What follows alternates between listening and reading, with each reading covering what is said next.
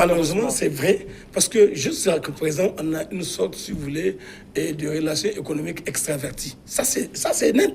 Je parle des évolutions qui ont été seulement enregistrées à quelques pôles de croissance dans l'espace. Vous venez dans certains pays, on peut noter, il y a des pays qui sont un peu plus en avance que d'autres. Bon, vous prenez le Nigeria, la Côte d'Ivoire, le Ghana et le Sénégal. Ce sont des pays qui ont, on peut les considérer comme étant des pays à revenus intermédiaires dans l'espace CEDEAO, et qui tirent, en fait, si vous voulez, la locomotive de l'espace CEDEAO. Mais même les autres pays sont aujourd'hui progressivement en train de s'organiser pour arrimer leur marche à la marche globale de l'espace. Mais c'est évidemment difficile pour tout le monde. C'est pour cela d'ailleurs qu'on est en train de constater que les ambitions qui étaient nourries au départ, de créer un espace économique avec tous les rapprochements qu'il faut pour éviter que nous soyons dans la situation où la même chose qui existe dans la zone, c'est-à-dire un produit peut être fabriqué ici au Togo, mais vous allez voir les Béninois vont aller l'acheter en Italie. Vous allez voir les Ghanéens vont aller l'acheter à Londres. Alors que le même produit a été, par exemple, produit au niveau de l'espace. Parce que les choses n'ont pas été encore, jusqu'à présent, la cohérence interne n'est pas encore retrouvée.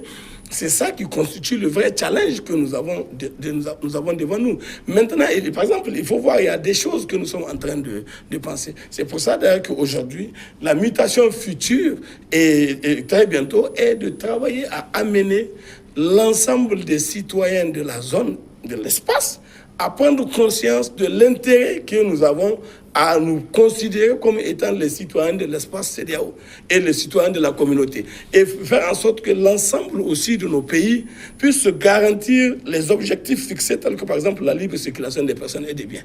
Alors, aujourd'hui, sur cette libre circulation des personnes et des biens, on en parle beaucoup. D'ailleurs, aujourd'hui, les citoyens de la CEDEAO sont exemptés de visa dans 15 pays et utilisent ce qu'on peut appeler le passeport communautaire, aussi la carte d'identité. Mais c'est peut-être la partie malheureusement visible de l'iceberg. Les raquettes, les frontières, les difficultés, on en connaît. Et d'ailleurs, le nouveau président d'exercice de cette institution en a fait son cheval de bataille.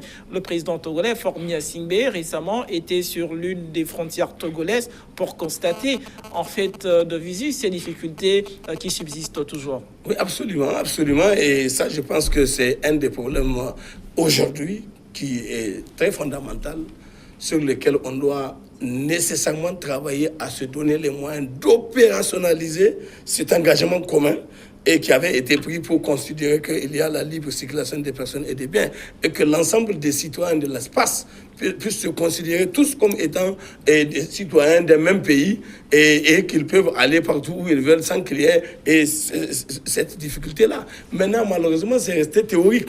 Parce que le drame, c'est que quand nous prenons certaines mesures à partir des initiatives conçues dans un premier temps par les experts, puis ensuite adoptées par les chefs d'État au sommet, mais si le peuple n'est pas impliqué à la base, s'il n'y a pas eu de vulgarisation, s'il n'y a pas eu de sensibilisation, si on n'a pas réussi à amener les gens à prendre en compte qu'il y a telle chose qui constitue désormais des possibilités que vous avez, les gens, parce qu'ils l'ignorent, donc, malheureusement, il n'a pas à le respecter. Je vous donne un exemple. Et aujourd'hui, il faut que les gens arrivent à comprendre que quand on dit espace économique commun, l'ambition de la CEDEAO, c'est être comme le Togo. Le pays, le Togo, par exemple. Vous voyez bien, quand vous quittez Lomé pour aller à Takpamé, mais vous n'allez pas rencontrer un douanier qui va vous intercepter. Vous n'allez pas rencontrer un policier qui va vous intercepter pour dire quoi que ce soit où vous la quittez. Sauf si vous avez un problème, autre problème, si c'est peut-être votre véhicule n'est pas en bon état, ou il a des difficultés, peut-être un gendarme va vous arrêter pour dire, bon, voilà, pour tel ou tel défaut. Mais c'est exactement la même chose qu'on souhaite avoir au niveau de la CEDEAO. pour que la CEDEAO soit de façon, depuis pratiquement le Sénégal jusqu'au Niger et depuis le Mali jusqu'au Nigeria, que les citoyens puissent avoir la possibilité de circuler librement et que partout où ils viennent à s'établir dans les 15 pays pour lesquels aujourd'hui ils sont membres de la CEDEAO, que les citoyens qui s'établissent là-bas ne puissent pas avoir des difficultés ou des problèmes et que quelqu'un ne puisse pas rappeler à un autre, attention, tu n'es pas togolais, tu es nigérien, ou tu n'es pas béninois, tu es sénégalais, que dans notre langage, même que cet esprit-là ne puisse pas exister. Parce qu'aujourd'hui, quelqu'un qui quitte Pia et qui vient ici à Lomé, on ne va pas lui reprocher d'être à Pia et que moi je suis de Lomé. Donc nous sommes tous des citoyens togolais, on a un même passeport, on a une même carte d'identité. Notre seule identité, c'est la République du Togo. Aujourd'hui, on veut que ça soit notre identité soit l'espace communautaire CEDEAO. Que nous soyons considérés comme des citoyens de la CEDEAO. Ça passe par plus de sensibilisation.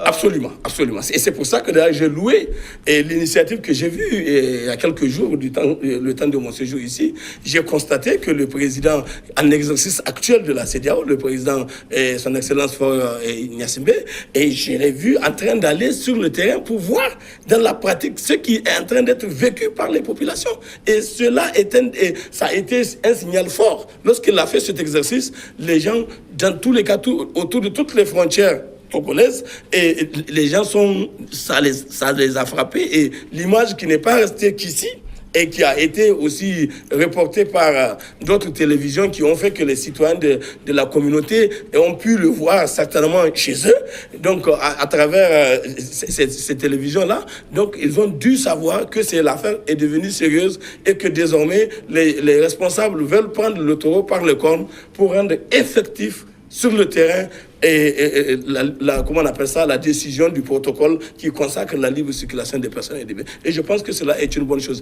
Dans tous les cas, il faut absolument que cette information arrive. Parce que si aujourd'hui, les intervenants sur la ligne, au niveau de la frontière, ceux qui font cet exercice d'entrave-là, qui font ces raquettes-là, et qui essaient d'être les agents causaux de cette violation-là, mais s'ils sont déjà à la formation de base, ils sont sensibilisés et qu'il y a une surveillance effective qui se fait sur le terrain, j'avoue que les choses vont changer de façon sérieuse. Alors, on va évoquer peut-être très rapidement d'autres aspects de ce protocole sur la démocratie et la bonne gouvernance en Afrique. On voit aujourd'hui qu'il y a beaucoup d'efforts qui sont faits notamment en matière de maintien de la paix, en matière aussi d'intégration régionale, on en a parlé, mais qu'en est-il aujourd'hui de la démocratie et de la maturité politique sur le continent? Je pense que dans l'espace. Je pense que sur ce plan aussi, il faut considérer que nous avons enregistré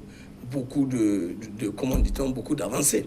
Parce qu'aujourd'hui, sur l'ensemble de l'espace CEDEAO, et nous sommes pratiquement en république. Tous les pays de la CEDEAO sont des républiques.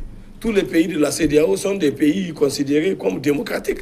Parce que et dans tous ces pays-là, les responsables sont élus démocratiquement sur la base de ce qui a été envisagé par le protocole qui invite chaque État à faire en sorte que le mode de dévolution du pouvoir soit un mode de dévolution du pouvoir démocratique.